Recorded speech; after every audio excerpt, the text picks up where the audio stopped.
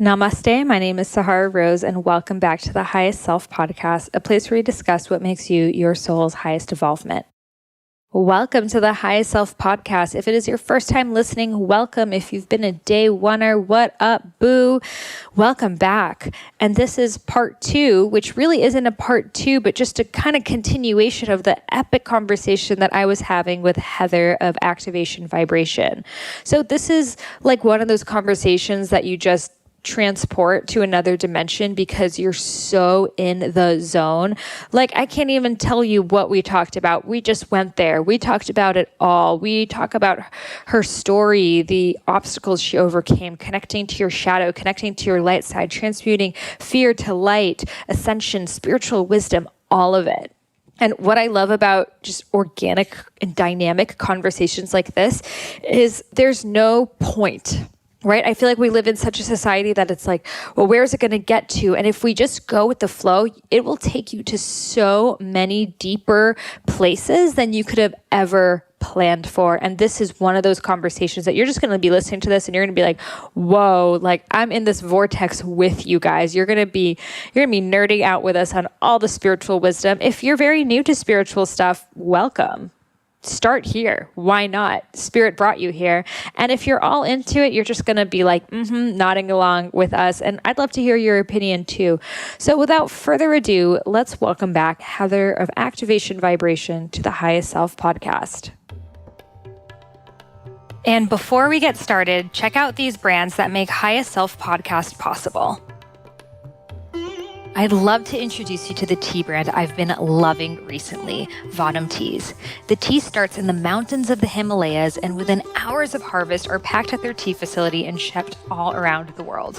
I'm personally indulging in their Master Tea Assorted Pack, which contains 15 loose leaf blends, black, oolong, green, and white.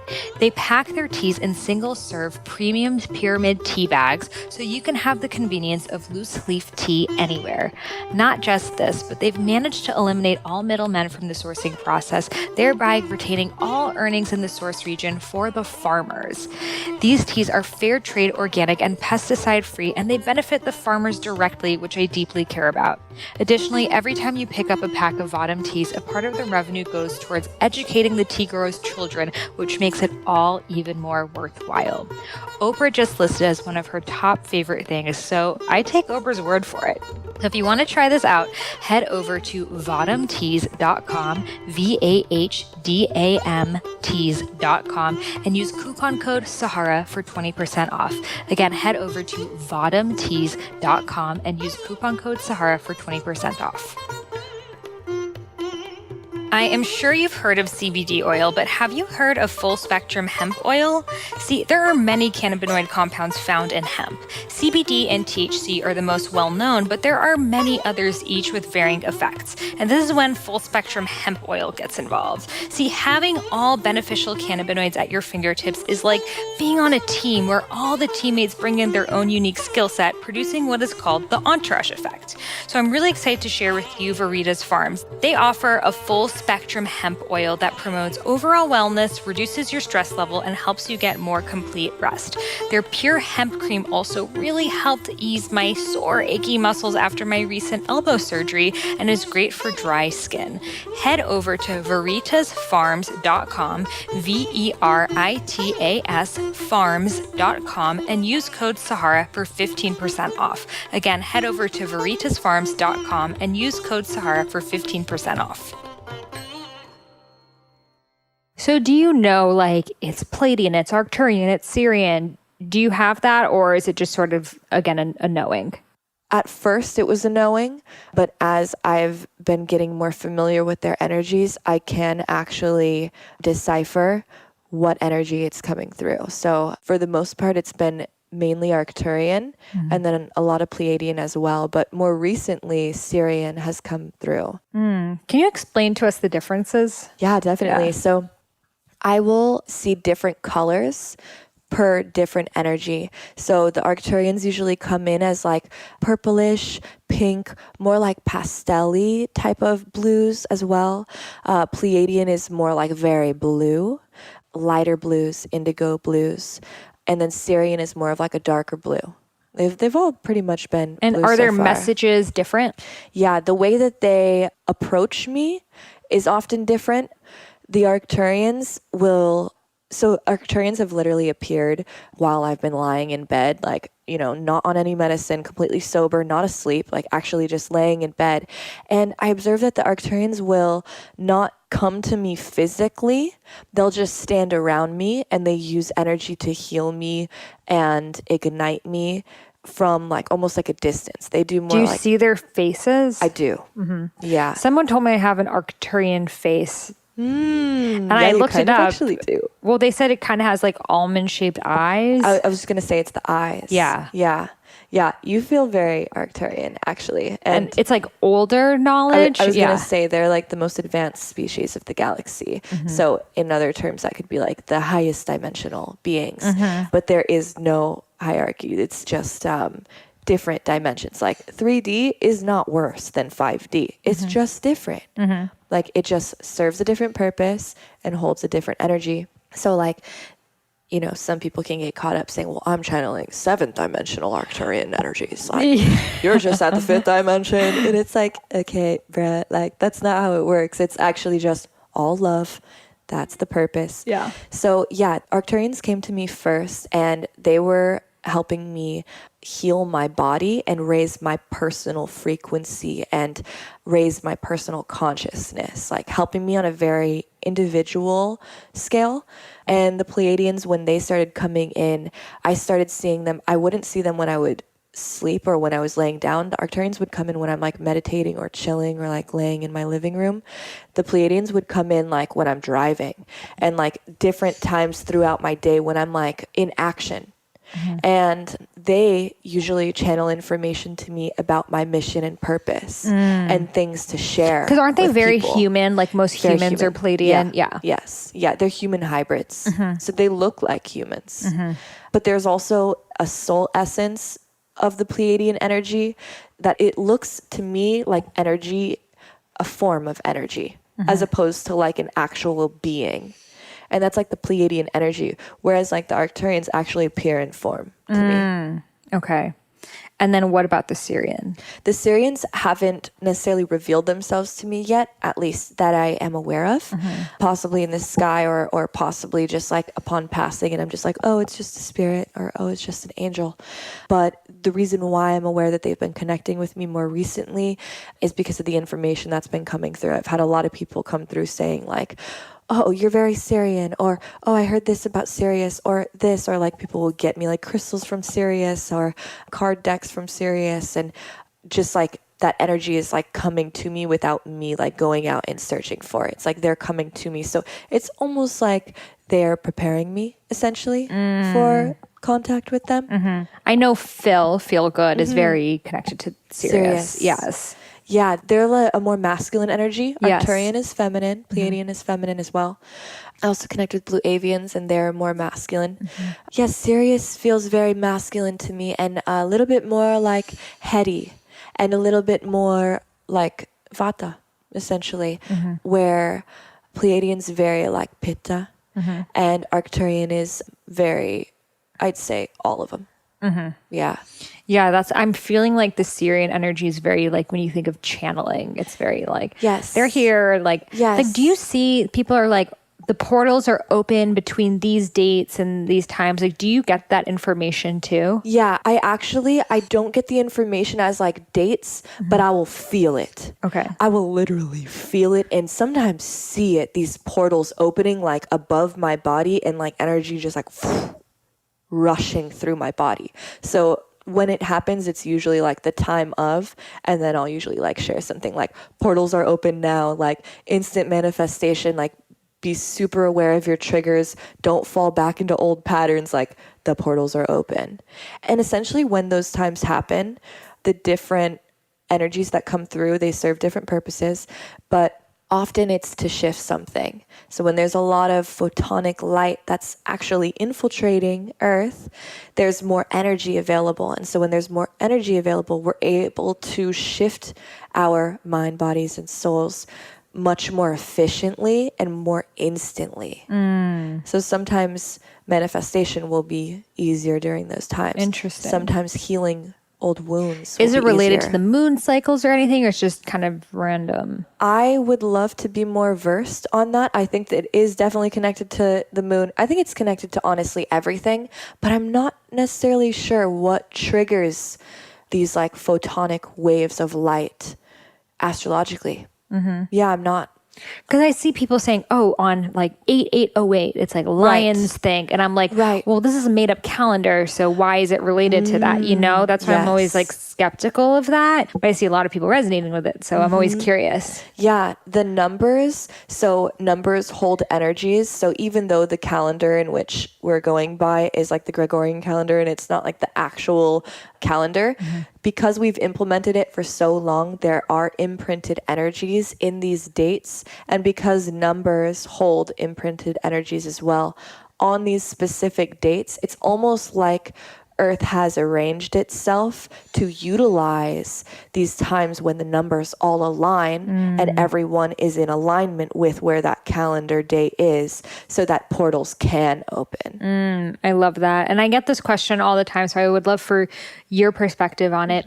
What does it mean when people are seeing number sequences? Yeah.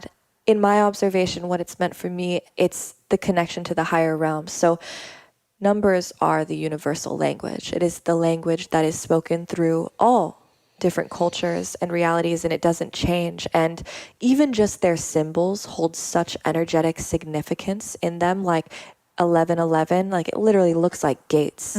So 1111 is often the one that most people see when they're just beginning their spiritual awakening. And it's kind of like you're walking through the gates of this higher consciousness.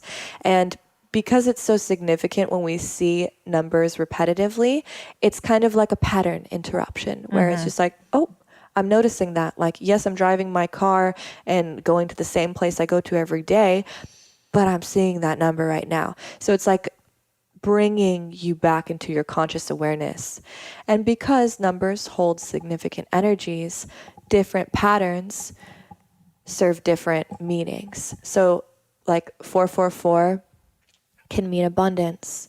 I see 444 a lot. Amazing. Good. Hell yeah. You would alignment, girl. Yeah, you call it in that abundance. Yeah. Like 555 is like the Christ consciousness. It's like, so you can kind of like geek out on your own. Never see that one. It's okay, maybe one day. Yeah, you know, when it's taught. Yeah. Like, hey, if it was wild, then I wasn't seeing it too. So. Yeah, it's so funny. I never see 555. Wow. Yeah. I saw 555 coming here. Of course, because you're Jesus. Yeah. I love it. We in Yeah. alignment. We Yeah. serve. That's the best part too, is like we all have different tools and we all Totally. show up to this space with different tools, with Yes. different abilities, with different experiences. Because if we were all the same as society desires for us to be, all the same Yeah. and all like doing the same things and thinking the same things, then we show up at the end with only like one tool. But no. Yeah, there would be have no to have- gifts if we were all exactly the same. Exactly. But I love how 1111, you see that as a gate. It's like, welcome. Yes. Yeah. Yes. Like you have begun the path. Like Yeah. you are walking. The Yeah, and I path think it's now. just like, they're just like, okay, we're listening. Yes. We're sending you a sign back. Yes. And yes, sometimes confirmation. I hear a lot of like healers be like, well, ask your guides for a sign. And whenever I ask, they don't show me anything. Like I go to the beach all the time. I'm like, send me dolphins. And they never send me dolphins. And then like the one time I'm just like, you know, working on my mystical being book and I look at the beach and there's 10 dolphins. Right. When I don't ask for it because I'm Right. just being in alignment. Yep. Yeah. Yep. That's part of that energy when you're like emitting energy, even when we're taught in the laws of manifestation. Yes. When you are emitting such an intense energy, it restricts and limits that space for it to actually occur. For sure. Because it's like, I'm going to see the dolphins at this time right now in this space in which I'm looking. Like literally dolphins could be like, 50 feet out of your perception. Like Right. they literally could be there. And your guides are like, the dolphins are there. The dolphins, I sent you the dolphins. But then when you're like not desiring it, then of course, then they appear in your perception. Yes. I think a lot of people, and it's kind of sad because it's like, you want the sign so badly. Right. You want the confirmation. You want to believe so badly. Right. And then that desperation is what is withholding you from it. Exactly. Yeah. You got to just like release attachment to getting it. Cause like, yeah, I think that is something that has really helped to serve me is like, I'm super devoted and like super committed to being a human on earth right now and like utilizing this temporary time that I have in this form here on this earth plane as well as possible. But at the same time, like I really don't have attachment to anything like that's happening. Like at the end of the day, like being in connection to the higher realms and actually knowing like what exists beyond this, like allows me to not have attachment to like this. And some could say like, oh, well then you're not grounded. No, actually I'm like more present because I don't have attachment to this experience being one certain way. So when you say you don't have attachment, can you explain more like what that looks like? Yeah. So like, in a sense, when you're like desiring to manifest something and you're thinking about it and, you know, you're going through all the steps, like you're imagining it in your reality, then you're feeling it through your body, then you're getting excited about it. The number one, like the key to the manifestation is after that, releasing attachment. So like literally just like releasing any like need for it to actually be from your body, where like it can just be an exhale and then just being like, I'm really actually okay if that doesn't happen. I'm really okay if it doesn't happen. Like it doesn't need to happen. Just having trust, like whatever it needs to happen is going to happen. And like ultimately just having that trust that like it all works out. Like the divine plan happens. It occurs. It really, really does. And not like needing to be some certain way and thing and create some certain thing in order for it to happen. Like it happens no matter what. And just like trusting that you are a divine expression of source along your journey and you are being guided divinely and you are embodying your purpose essentially if you were just present and just not resisting and just like allowing. So beautiful. Yeah, I think a lot of us, I think we're afraid that like, okay, well, I need to have my game plan. Right. You know, I need to have like, this is where I want my life to go. And we love it. We vision board, we this, we that. But then that's creating an expectation that we can become attached to and then keeping us from it. So it's like, it's a really hard thing to really want something, partnership, abundance, whatever, but to not be like so afraid of not getting it. Because that desperation, I just see so many people hold on to it. And it's like, you're never going to get it. Yeah. Restricts them. Yeah. It's hard to explain in words, but it really is just a feeling where like at the end of the day, it's just like, cool. Like, okay. Like, and I think that can only come from you realizing like the higher perspective. Yeah. Yeah. Like, because when you're so stuck in the game, all you can think about is winning tunnel the game. Vision. Yeah. Yeah. It's the tunnel vision. Like, oh, this is a game. Yeah. Like, you're so set on winning the game, but higher perspective, it's a game. And you are just an aspect of that essentially right now. So just like trusting and just like, instead of like needing and holding on to this like one particular thing happening, more so like desiring it and then like being fully satisfied with like just even entertaining the idea of it happening, like in that part of manifestation where you're like feeling it through your body, allowing yourself to be fully satisfied at that moment. Like it's as if it happened. It's as if it happened. And then releasing it entirely and then going on to the higher perspective of being like, if it doesn't happen, that's okay. And I am still me at the end of the day. Yes. Before I met my fiance, I remember I drew like a piece of paper. I'm like, my God, man, my ideal guy. We do this together on the weekends and he looks like this and like all the things about him. I went to this deep meditation. I communicated with him and the message I got back was, don't look for me. I'll find you when the time is right. You just focus on having fun. So I started going to music festivals and eventually I found him on Bumble when I wasn't even looking for someone. But I remember in that meditation, I was like, I just want this guy, like my God man. Yeah. I don't want to waste my time with that. Even if I'm 75 years old, like I'm just going to wait until then. It doesn't have to be now, but I just want to find him eventually. And I think that unknowingly, I didn't know what law of attraction was at that time, but just that being like, this is the bar I'm setting it at. It's on your timeline. Right. That's what it happened in a month. Yeah. Whereas if I was like, tomorrow, next week, I'm putting on my high heels and I'm going to go find him. By February 2020, I must have my man. Yes. It's like, that's very limiting because you were actually going to have him next month. Right. Yeah. So true. Yeah. Yeah. And it's interesting because I think it's like our human mind wants that so bad. Like it wants to be able to predict things and know and it gives us comfort to be like, it's happening. But also like, is everyone meant to be with a partner? Who knows? Yeah. You know? No. Like, is everyone meant to live the life that they want? No. Yeah. Because there's also the play of karma and other lives that we've lived. And everyone's serving such a unique and divine purpose in this life that it's not like everyone reaches 5D consciousness and we all live in love and bliss. Like, for some people, they're actually going to have to cycle out of this incarnation and then perhaps come back and then be a part of it. Or perhaps, stay in the fourth dimension and be an angel, or perhaps not come back and be a cosmic soul.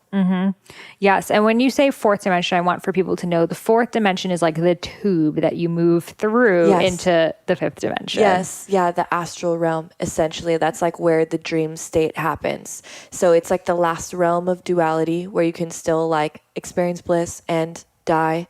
And it is like that middle ground in between, essentially. So like, even when people pass, I've actually had people who have transitioned, my clients, loved ones or siblings, come to me during sessions, not even meaning to channel. I didn't know that I could channel them, but I was just having a session with a client. And for example, her sister came through and she showed me where she was at. And she was still, because she was still doing work here on Earth, she didn't leave the fourth dimension. She stayed in the astral realm, which is how she was connecting to her sister through dreams, and was still working out some of her own personal soul's karma before actually transitioning. And she didn't necessarily know, so she didn't tell me where she would graduate and transition to, essentially.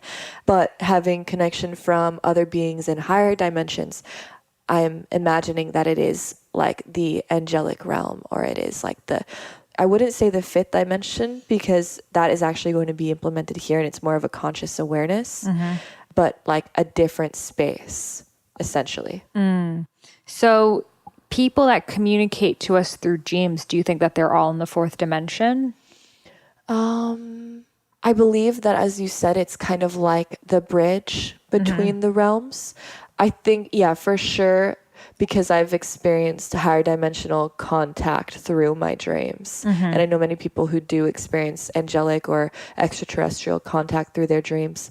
So I don't believe that they're all in the fourth dimension, but they just communicate through the fourth dimension, because we as humans are able to tap into that space when our consciousness is asleep and our subconscious is aware and open. Yes. I think dreams are like massive, such a massive thing. And it just stores so much stuff, so much in this life alone. I mean, it's a lot. And then all of the other stuff. So I feel like dream awareness is going to be like a major thing moving forward, and looking into that and what that represents. Vata dreams are very flying, fleeing, moving fast. Like I used to always have dreams of being like, I'd be in my house and all these pirates would come and I'd start running. And this reoccurring dreams like my whole life. And so it's Vata imbalance. It's me running away, fleeing. Wow, that's from your mermaid life.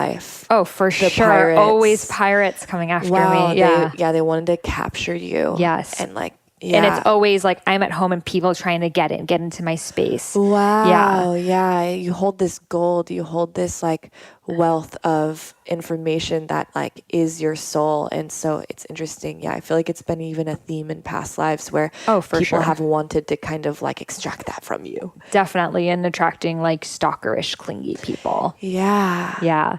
And then Pitta dreams are very action, problem solving. A lot of them are very real life. Like they like will be like, how am I going to have this conversation with someone, or how am I going to do this? And think it's so problem solving. It's very just like right here. Yeah. And then Kapha dreams are either no dreams at all, you're very deep sleep, which is so much earth, or it's like very sensual, like you're having sex, you're eating chocolate, like you're in the sun, just enjoying. I'm like, I need more coffee dreams. Yeah, wow, calling it in. How do I get some of those? Yeah. So yeah, I think our dreams are super interesting, and even like bad dreams too. Yes. I got a lot of bad dreams, but they're like messages. Yes, always. Yeah. And that is essentially like another aspect of the shadow. Like even people fear having bad dreams or fear doing medicines because they don't want to experience something traumatic. But it's like everything is derived within you. So obviously, if that shadow is coming out when your other guards are down, aka when you're sleeping or doing medicine,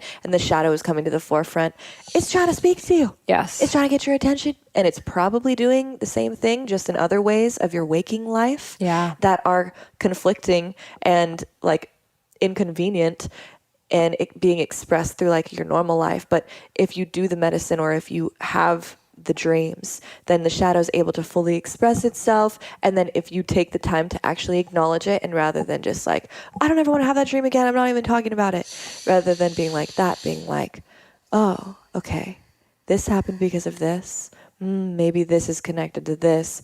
Wow. Okay. Going forward, I need to stop doing this. If you like take it as a message, then it will no longer haunt you. Absolutely. And that's all that this stuff is. It's like everything is showing up for you. And like, what do you want to learn from it? And definitely a lot of people are afraid of plant medicine because if they're scared bad things will show up. Right. And they probably will. Right. Yep. And if you're scared that they will, then you for sure need them to. Yeah. And it's like the faster that you deal with them and like the deeper you allow yourself to go, the lighter your entire life will become. Your entire being will become. Yes. I remember the first time that I did mushrooms in Bali, it was in a kind of ceremony space. And I remember like feeling like I didn't want to let go. I didn't want to let go of my ego. And I felt like, okay, I'm either going to be fighting this or I have to give in. And it was almost like, okay, are you really ready to see yourself? And then I was just like, yes, just show me everything.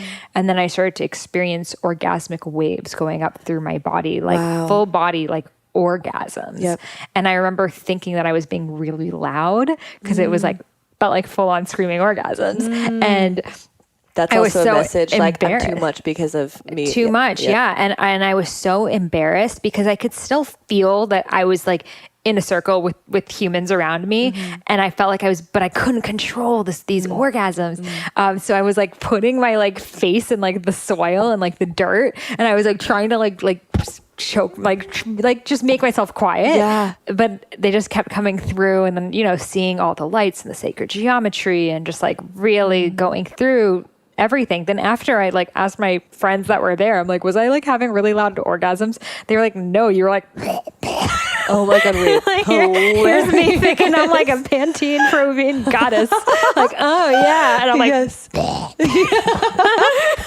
hilarious. Oh my God. Yeah. Perfect example of like perception as well. Like that which you are perceiving may not be what everyone else is perceiving. So it's like, just do you. Totally. Like, just do you. Yes. Yeah. But I think that it was almost like I had to get into like, I thought I was going to go to a really dark place and then I was like, just take me. And it was like, it was orgasms on the other side. Wow. Wow. Amazing. Yeah. I've actually heard a few clients say the same thing where they were like, I got to that point where it was like surrender. And I was so scared because I didn't want to surrender to the darkness. I didn't want to. But once they actually did surrender, they realized, oh, wait, it's actually heaven. Yeah. That's where I was taken. Yes. It was like through the birth canal. That was the darkness. It's just like that tunnel to get to the light. And essentially that is what doing all this shadow work is. And like going through our darkness, it's to get to the other side. And like going through that birth canal, like it's tight and uncomfortable and you don't know what the fuck is happening. And you're like being pushed through and you can't really breathe. But then once you're out, it's a whole new world. You're liberated. You're free. So beautiful. So what tool has been massive for you for helping you go through this? Tool. I think like full self-acceptance. Like allowing myself to fully be like as weird and crazy and like as I need to be, and not trying to like shape myself to experience it in any one way. Like literally just accepting myself no matter what. Like the ups and the downs, the weird and the bad. Like it's actually really funny. Like one of my like, I believe that we like always are going to have like some type of something that we're working through. And perhaps when we reach 5D, actually we don't. And that's what's been predicted. And so, you know, holding that in my third eye sight, but again, no attachment to it. Like it's all good either way. Like I could keep going through these shadows. But the one that I've been going through recently is like that last little debris of ego that like feels like I should look a certain way to continue to be credible in sharing this information. Because the shit that I'm bringing through is pretty far out. So there's like an aspect of me that still wants to appear credible so that it's received by people and that I'm not just like some crazy hippie. So I was at the grocery store and I was wearing sweatpants and my hair was crazy and I wasn't wearing makeup. And, you know, I had one of my like eccentric scarves and like literally just me me on a daily basis. Yeah, literally me on a daily basis. Yeah. And I like put in the wrong code for my card.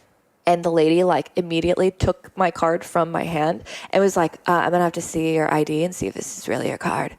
And I was like, I laughed at first and like soul was slightly insulted and like gave her my ID and I didn't really get it at first. And she's like, oh, it is yours.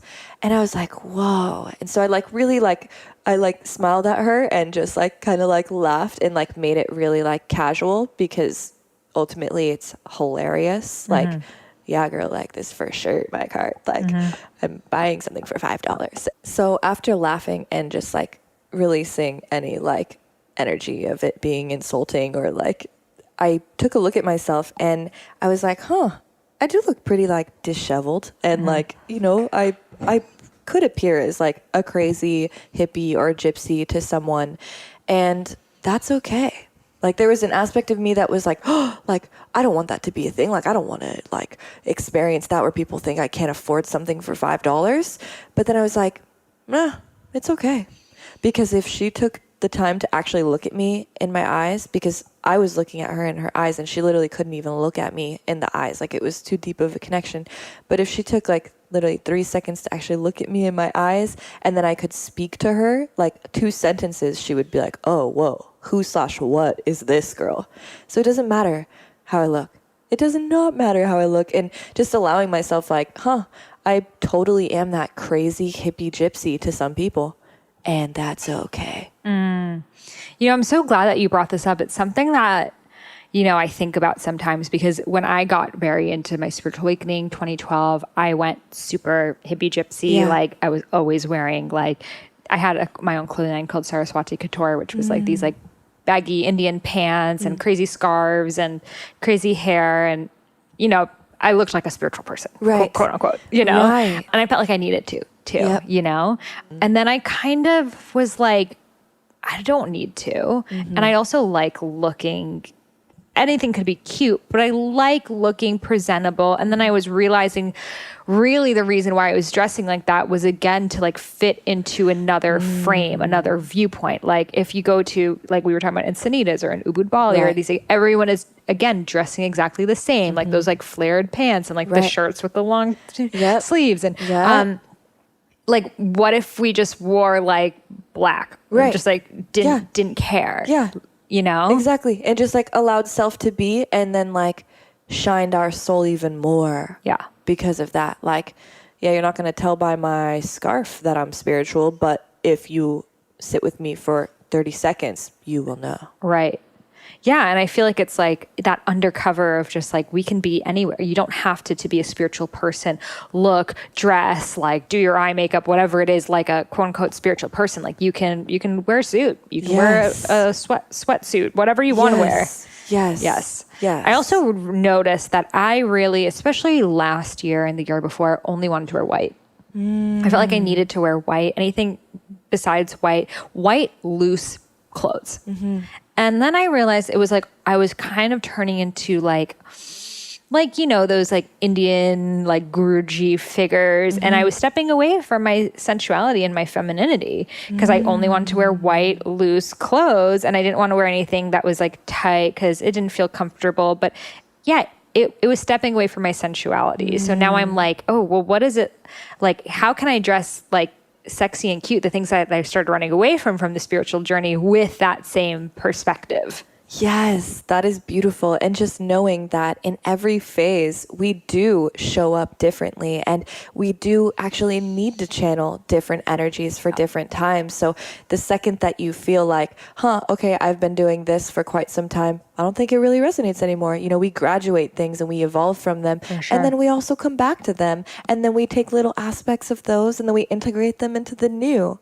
For sure. Like, that's essentially what it is. It's like full self-acceptance, no matter what. And knowing, again, that there is no one way to be. And there actually isn't a path that you should be following. Like, the path to enlightenment is your own paved path. And it doesn't look any certain way. Like, it's whatever you're doing, wherever you at, however you showing up, right here, right now. Where's your presence?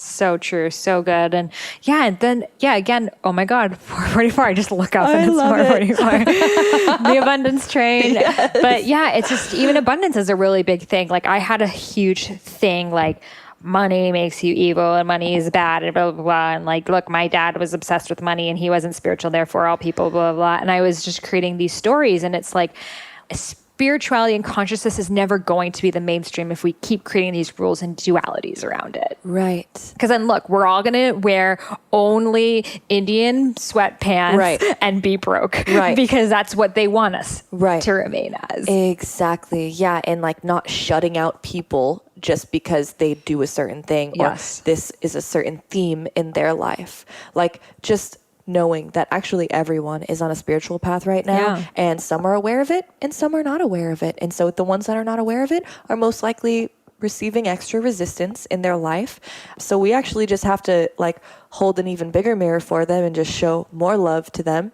And then just continue along our path and not like say, oh, you're doing this, so you're only this far along. I'm all about choosing everything on and in my body with intention.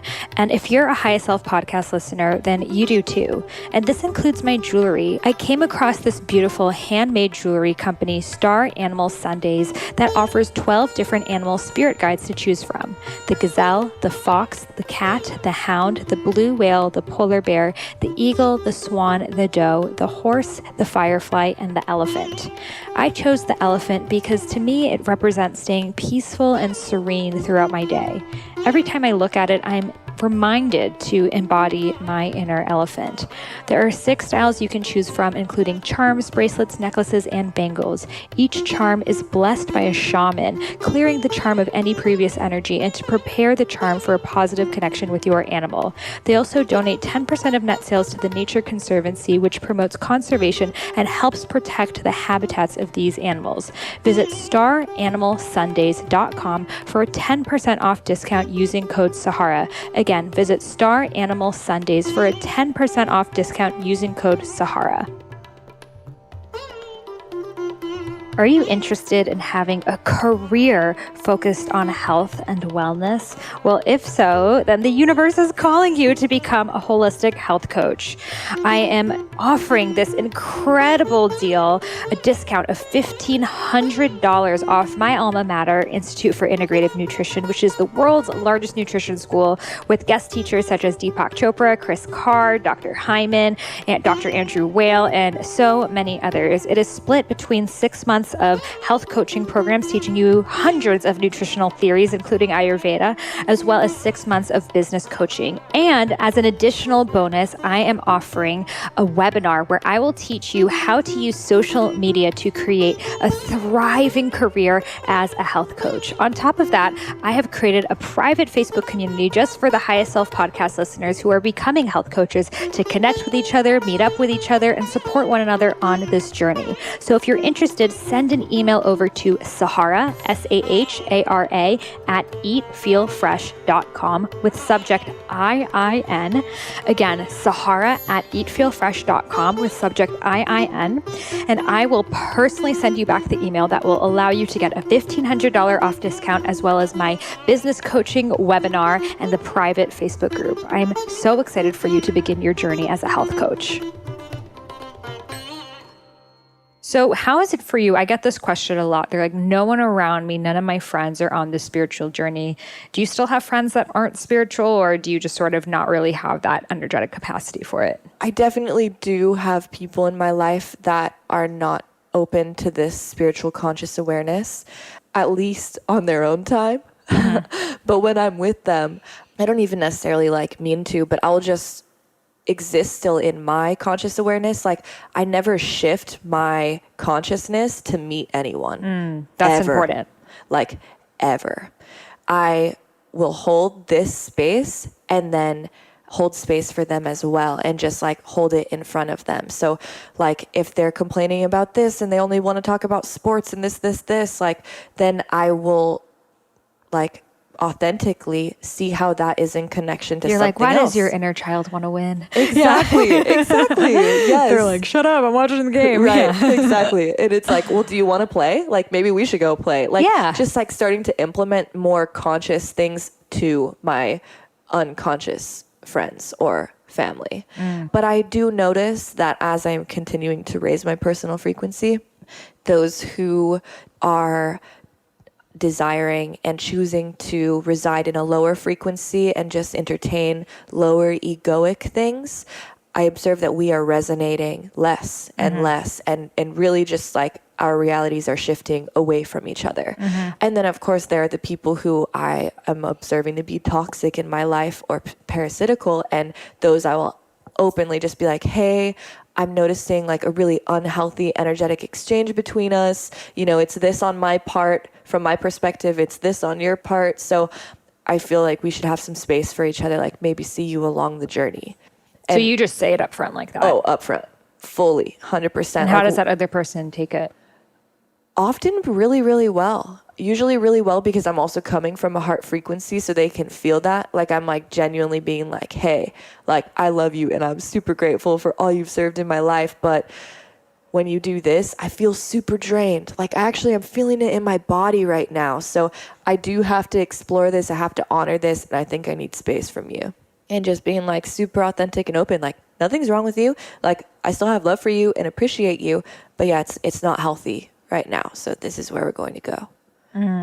So good. Yeah, I'm at this place, I'm my time is so limited that I'm only going to spend time with people who raise me up. Yep. So I don't have any friends in my life that are not totally here. Yep. But I know a lot of people, I don't know, maybe they have stronger connections that they feel like they can't let go. But I'm if it's not working for both of us, it's not working. Right. Yes. Yeah. I really, really, really resonate with that. Yeah. And for the most part, those who are not at this space that are still in my life are my neighbors, or people who are placed exactly in my that life. There's nothing you can do. And then it's okay. Right. Yep. Okay. How are we gonna make this work? How do I bring this in? Okay, just bring it in light. I'm just going to sit here in light. And often it was actually funny, even last night, talking to my neighbor, super quote unquote unconscious. And I just kept holding his space, just bringing it back to light.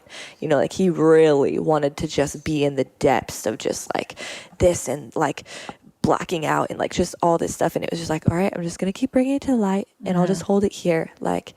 And there'll be resistance, of course, but again, no attachment, not going into it I need to turn this unconscious person conscious within this next conversation. Yeah. No. I used to find myself doing that. I'd be well, don't you see this and this and that? And it's it's their journey. Right.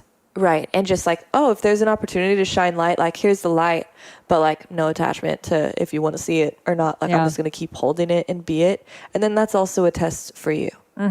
That's your personal work is patience. That's been a big one for me. It's how can I be more patient when I come across these people that it's someone that I have to have in my life, but they are definitely in the shadows. Yes. And I'm okay, I just got to be more of love and more of patient while not correcting them. Yeah. allowing them and just like holding the light. Like, hey, this is what it looks like for me. Yeah. I'm here. And then just realizing it's like, sometimes you can't fuck with people's karma. Right. That's their journey to learn. And you trying to interject and be like, well, don't you know about the right. It's like you just took them to the top of this building, but you didn't give them the ladder. And then they're like, oh shit, now I'm here and I don't know what to do. Right. And then they just drop down and then they blame you. Right. Right. Yeah. Just like honoring it and just like, if they're ready to receive, then, you know, give them what they're ready to receive. If you feel called, if it resonates with you, and if not, just let them be. And again, that's where like the no attachment comes in. Just like the divine plan does happen, but it's based on free will. So everyone has their own free will, their own ability to choose how they exist and experience this individual expression, and if they do make it to that space. Yeah, it's so true. It's something like I personally, it's like I see like family members that really need help. Like they really are not in a good place. And I'm like, I'll give like Tony Robbins status speeches. I'm like, this. And then I just see nothing happens. And I'm like, okay, I just like wasted my own energy and nothing happened. That it's like the detachment of like, they're going to figure out in their time, and you just shining your light and you sharing what you're doing for yourself is enough for them to decide if they want to follow that path or not. But yeah, I think a lot of us, especially when you care about someone so much, a sibling, a parent, you're like, you want to do the intervention and be like, we're changing everything. And I think that maybe, I don't know, I've never done an intervention for someone. Maybe that could work if that person is ready, open and says, yes, I want an intervention. But if they're like, no, I don't want any of this, then that's force. Yeah. And you end up depleting yourself. Yeah. Yeah. And so then it's like both are at that low vibration, and then that is not holding anything. Like, best advice for like igniting consciousness within others, be it. Just be it. And even when they're like throwing shit at you, just be it continuously. Give them the tools by showing them the example. Like, this is what it looks like to be here. And it's hard because they can figure out exactly where your wounds are, you know, always. And then they can say things, and then you want to get all like political on them and this and that. And it's hard. I mean, I'm sure most of us are in situations and have people in our lives that are not there. And it's like, ugh, like, why don't you just see it and get it? But that's the greatest test. The greatest test. Like, how committed to really being this light are you? Yeah. And I think it's like more stepping in. I think of like that Dalai Lama energy. He's just fucking laughing. Yeah. He's like, it's all good. He's not going to get in an argument with you. I'm like, I need that. Yeah. Just like the full contentment and just like, laughing is the highest vibration. So I'm going to just stay here. Yeah. That's what I'm saying. Have nothing. And even anyone that triggers you, even if it's someone who's operating from fear and racism and whatever it is, it's something you're creating from your unconsciousness. Yeah, people don't like to take that responsibility, but yes. And if it's in your field, like, just to think of like how many people are on earth, how many moments there are on earth, how many places there are on earth. Like, there's so many like denominators that like have to be compiled into the formula for you to just experience presence with someone. Experience just one event. Like, it's so divine. Yes. Just like knowing all that has to occur in order for you to experience whatever it is that you're experiencing in that moment. Like, it's so divine. You called it in.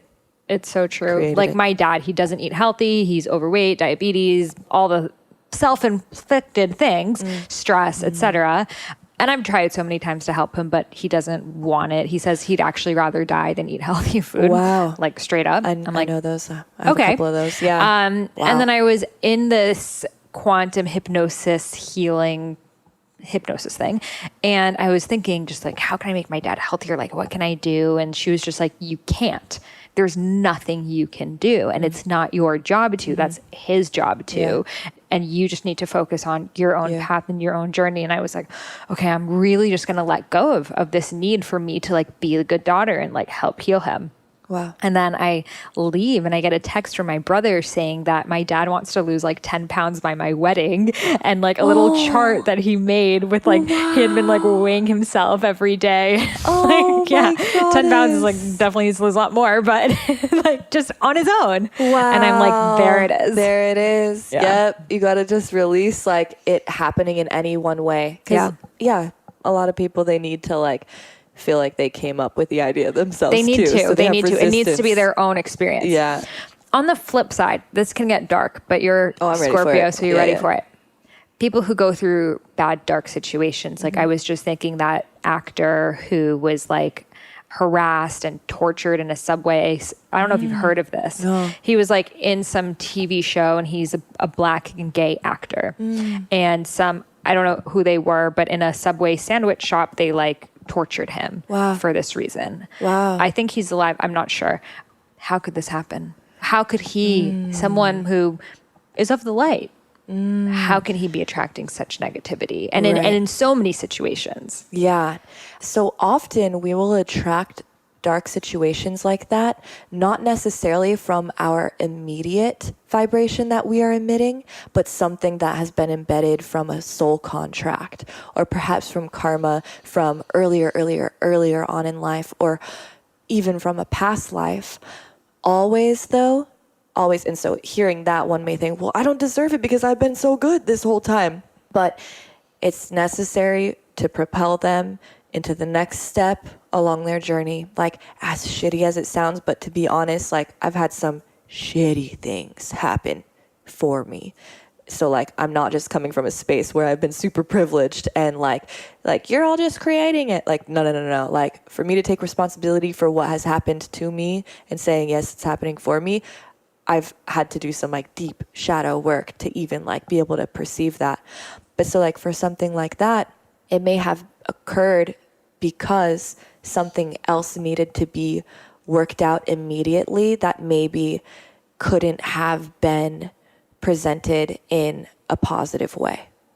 Like the shift that needed to occur for the evolution of that being, for the next step, for their next phase, it needed, unfortunately, to occur in a traumatic, dramatic way where it did inflict pain. And, you know, we have this perception of pain that it's such a bad thing, but actually pain, just like pleasure, is a luxury. To be able to feel, to be able to exist in form and have bodies and vessels that we're actively like fueling and taking care of and experiencing through and feeling these feelings tangibly through, it's a gift. Like, pain is actually a gift. It's a luxury. And the deeper we allow ourselves to feel pain, the more depth we have to feel bliss. And it really actually works that way. Like, it really, really does. Allowing yourself to fully feel the pain and being okay with it. Not thinking like, oh, I'm doing something wrong, or I'm out of alignment, or my life sucks because I'm experiencing pain, but actually just being like, whoa, this is a really intense teacher right now, and being okay with it just expressing and being as painful or sad or dramatic or traumatic as it needs to be. Not like trying to have control or like project some like structure around how we're receiving these things, but instead like all we have immediate control over is our reaction. So like, all right, how am I going to alchemize this? It's so true. And even just in asking you that question, what came up from my guides said that some people have contracts to teach the collective. Yes. And sometimes you have to be that martyr. Wow. Yeah. That's like literally the conversation I was having with my sister last night. Like, she actually asked me, she literally asked me this. She's like, okay, I know that I'm cosmic. I know I'm here to serve a purpose, like, but I'm doing so much for so many people. Why are these things still happening to me? And it was literally like, it's because this is a part of your mission. Mm-hmm. You are strong enough to experience these things and be able to come out the other side and to be able to translate them. Many other people are not as strong as you are, and that's just where you're at. So also knowing like the things that happen to us, just being able to look at it from a different perspective, like, wow, okay, I previously planned to be strong enough to be able to take this. Like, okay, all right, I'm a lot doper than I realized. Like, okay. And just like trying to shift your perspective a little bit and change the whole situation. Like, redefining even traumatic events, redefining sadness. You know, it doesn't mean that things are bad or like they're wrong even. Like, obviously things are not okay. Like, things shouldn't be done that are like low vibrational, like inflicting pain on others. obviously. But when we are not able to control when it does happen to us, and instead literally just thinking, okay, this did happen for me. All right, I must be super strong. Okay, wow, I must have a really good purpose for this. Okay. And again, just like releasing attachment and just flowing, trusting the divine plan. Like, all right, I'm going to see where this takes me. It's so true, you know, and it's something that's so sad. And in no way does anyone deserve anything bad happening to them. Like in no way, like we're all beautiful light beings. And I don't believe personally that there's any evil. I just believe it's further away from the light. Like I don't believe that there's like this devil that's like infiltrating us. It's just further away from the light.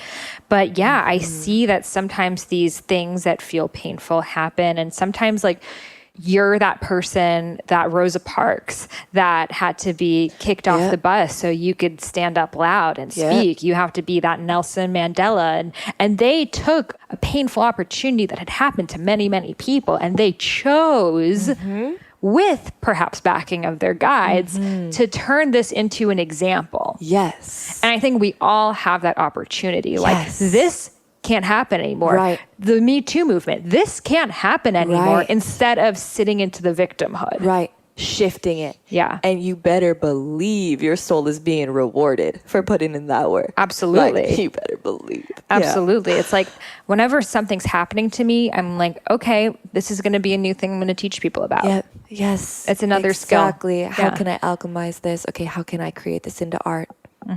How do I add this piece to my masterpiece? Yeah. Yeah, it's awesome. I know that Abraham Hicks was on Oprah, and Oprah asked, she's like, well, what about people like me who have been raped? And Abraham Hicks said a similar thing, that in some way it was created in your subconscious or in a past life or something. And they never played that episode. They brought it straight to YouTube, but they never aired it. And Oprah was like, trust me, I get it. I know, but it's too far for the general American public to hear. Whoa. You know, to take responsibility for something like that. And it's not responsibility, but it's like to see it in that grander scale. It's so painful that it's so hard to. Right. And it's crazy because like the pain comes from liberation. Yeah. Because you're ultimately like liberating yourself from having to identify with being a victim and not being in control of where you go from here. So it's like literally like fear of like, oh wow, well then like I am the creator? I'm the ultimate creator? Like there's just no way. No. Like, yeah. It's amazing. I think we're all like living in we're all in the same world, but it's totally different worlds. Like it's totally different dimensions. It's like this channel that's like constantly changing, and it's just like depending on us. So we think it's like, oh, we're all experiencing the same thing. And it's like we might see the same colors the same way, let alone feel the same emotions and the same everything. Like it's so individual and forever changing. It's like the same TV, different channels. And you get to decide based off of how you want to feel. Which is freaking dope. Yeah. And we have the opportunity to continuously shift into higher timelines. So do you think we can remain so high vibe that we won't experience pain anymore? We experience pain in a different way. Personally, I've actually always, even being a Scorpio and like growing up, I've always been really connected to being okay with the darkness. I'm like the person in the movies where it's like you hear the noise in the haunted house and like I'm like, oh, I gotta go check that out. Like, oh God, I'm like, get me out of here. I'm like literally that weird person where it's like, oh, I gotta go figure out what this is. Dude, that's the Scorpio in you. Yeah.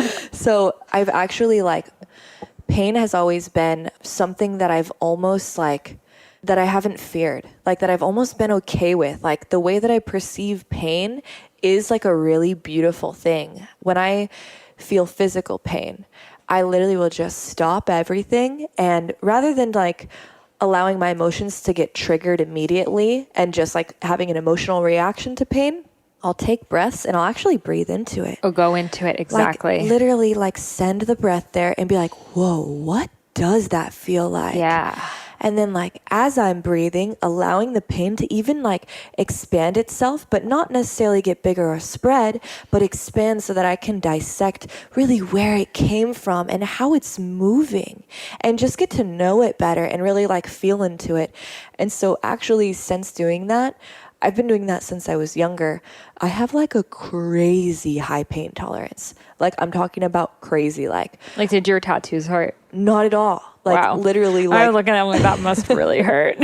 like literally, they actually, when I'm getting tattooed, like all the dudes, they're like, you know, like 280-pound buffed, like tatted, like gangsters. They always come in laughing at how I literally don't flinch at all the tattoos. Like I'll have to like, my skin will have to burn and I'll smell it before hearing it. Oh my God. It's like that. But I think that it's because of my acceptance of pain. So I literally perceive pain as like on the same type of scale as any other emotion, where it's not bad. It's really not. It actually teaches me so much and it helps me release so much, even more so than a lot of other emotions that people cling on to and really desire. And it's a much faster teacher. It is. Yeah. So just kind of like redefining that. So I don't think that we can transcend the ability to necessarily feel pain, but we just shift how we feel it. And I think different people have, again, the different contracts. Like your soul chose to be born as the Scorpio, to love the pain, to experience the painful things, to not be afraid of pain. Like that clearly, I don't know how you've died in past lives, but definitely pain has been involved. Painful. Yeah. I've like experienced my own past life regressions, you know, not medicine induced, just like fell into like trances and died with many of my past lives, actually. Like I experienced their death. And talking to other people who also experience like past life regressions, that's not very common. I've heard other people experiencing that too. But I think that there's an aspect of like when I experienced their death with them, I was able to return part of my soul that was with them back to me in this life, essentially. So yeah, like, again, like experience a past life regression where you die. Many people may be like, oh my God, and just freak out and just like have this emotional reaction and not actually extract the message that was being communicated. But when it was happening, I was like wide-eyed and like, oh, what's happening? Oh, whoa, there's blood. Whoa, this is mine. Whoa, this is my body. Whoa, whoa, whoa. And then was able to actually receive the information and integrate the aspects that were desiring to be revealed to me into my being. I just did an 8-hour-long past life regression and hypnosis this past week. Wow. And I died twice. But it's interesting because one of my deaths was I was homeless and I died of alcoholism. Wow. But I didn't feel pain. I just felt more empty. Yeah. Like I'm dead and no one notices. Here on the side of the street, they just think I'm asleep. And just my soul rising and being like, oh, like don't want to go back there again. To that life, yeah. And then the next one, I was in ancient Egypt and there was like some sort of illness going by and I'm like coughing and cold and it was actually me and my partner in that life. And we're just like snuggled against each other, like coughing. And then we just kind of just died peacefully and the soul rose and there wasn't pain involved though. It was very just like, yeah, time's up here. Yep. And it's interesting that you say there wasn't pain involved because even when I did the one life that I'm referring to was an African man and I was protecting my tribe and it was ravished by others. And so I was like brutally killed, like stabbed to death. And though I was experiencing it, like actually, like I felt like it was my body, though it was obvious that it wasn't my body. I didn't feel pain as I do here. It's different. Yeah. It's very different. It's more of like anything when you accept it and step into it. It's like, it's not like what my projected mind illusion thought that it was. It's actually far different. Yeah. I mean, pain on this planet, so all encompassing. I mean, when you're in pain, physical pain, emotional pain, it's like, there's nothing else you can think about. You can't fucking watch a movie. You can't listen to music. It's like some people can scream and cry and get emotional, but then that actually just gets you in a head trip about it. Right. Which will make it worse. I did this same thing. I was in a very painful experience and I was just like, just breathe into it, just move through it. And I was feeling the pain that every woman has felt on this planet. Like there's so much collective pain. I mean, just the way that we're born through birth, there's so much just pain in that. Yeah. Like sometimes I'm like, why do we have to go through such pain for life to be here? Right. And that we've all gone through this, and it's almost like no one talks about it. Then you're just sanitized and like fix yourself. Right. It's like we all come from pain through pain, and there's so much collective pain, but it's this unspoken. Right. It's like, neglected. Like it's the shadow. Like, oh, just don't look at it. Yeah. And it's like, no, like let's redefine. Even after birth, like why is there not more support? Yeah. That's massive, and it's beautiful, but there's trauma. Yes, absolutely. Mentally, emotionally, spiritually, and physically. Yes. Yeah. Yeah. Let's redefine it. We need to. Yeah. I know. I was talking to someone, and it was Kino McGregor. She's like a big yogi, and she was saying how after someone dies in your family, just like you have like pre-birthing, like you get 3 months off, postpartum, whatever, they have that for death. They give you like legally time off to just grieve. And I'm like, how beautiful is that to like publicly acknowledge that like, yes, there's pain and you can't like here, if you're like, oh, my dad died. It's like, oh, I'm sorry. Back to work. Right. Wow. Yeah. Oh, I love that. Love that. Yes. Yeah, we necessary. need more. And I think. And accepting it more. Like, accepting. It's okay to be in pain. Like, and it's okay to feel pain and be encompassed by pain. Because often that's actually what is necessary to experience, is to be fully encompassed by pain and be in that tunnel and see absolutely no light, any way out in order to work through it. But that's the process. It's like your subconscious will force you to be in that space if you are not properly dealing with the pain and allowing it. Yes. And I think on the flip side of that, there are a lot of people who have ties to pain. They look for pain. They want to keep experiencing it. Yep. Life is hard. Yep. I learned through pain. Yep. Pain Can't is identify. pain and to gain, whatever those slogans are. And then it's like, what if we switched it to life is super easy and really fun and really flowing and beautiful? And that pain might happen, but you'll get through it. Exactly. And it's like when the pain happens, like experience it right then and there and then move on. Yeah. Release it. Don't identify with it. Yes. Like, it happened for you. It's not you. That's not you. Like, release it. And now look. Because I see a lot of people addicted to the healing. When we're never totally healed. Yeah. There's always going to be something else. Yep. Your childhood, your rebirthing, your something. What happens next week? Yeah. Yeah. And then it's like, at what point do you decide, like, I'm good? Like, there's always going to be layers more, but I'm here to serve and like fully be ready. I think we become, again, addicted to not stepping up. Yeah. Like that's actually what it is. It's hiding. It's like, I'm healing. I'm in this cocoon of healing. So I have no responsibility because I'm still over here. Right. It's like, I'm not qualified yet. Like, no, I'm not there yet. Right. Like how we actually heal ourselves. A lot of it is to just step up into something that you don't even feel ready for. Exactly. And to like, okay, well, I don't have everything figured out, but I have this. I'm 1 foot off the floor. So let me help the people that are 6 inches off the floor. Right. Yes. Yeah. Yes. And just being transparent and authentic in that process. It's all a process. It's all a process. If we had everyone like out on the other side being like, hey, we're over here. It looks like this. It looks like this when you're out of it. Yeah. Like, okay, how do I get there? Exactly. We need people in on the process. every step, and it's always going to be there. And I think we just think it's like, well, once I'm healed and I'm perfect and I'm talking like Heather, then I'm going to be able to help other people. And it's like, no. The only reason you talk like Heather is because you've been doing this since you were going through the midst of your pain. Yes. Yes. And we don't need everyone to talk like Heather. We need you to talk like you, because not everyone will be able to receive what I'm saying. Like, yeah. Exactly. Like we're both tapped into the same source, but it's coming through in different vessels. Ways. Yeah. Yes. Yes. And like the people who don't resonate with me will resonate with you. Or just resonate with neither of us. Or like neither. We're both bad shit. Yeah. I mean, if they're this knee deep into our episode, hopefully you kind of like us. Right. Yeah. If not, it's all good.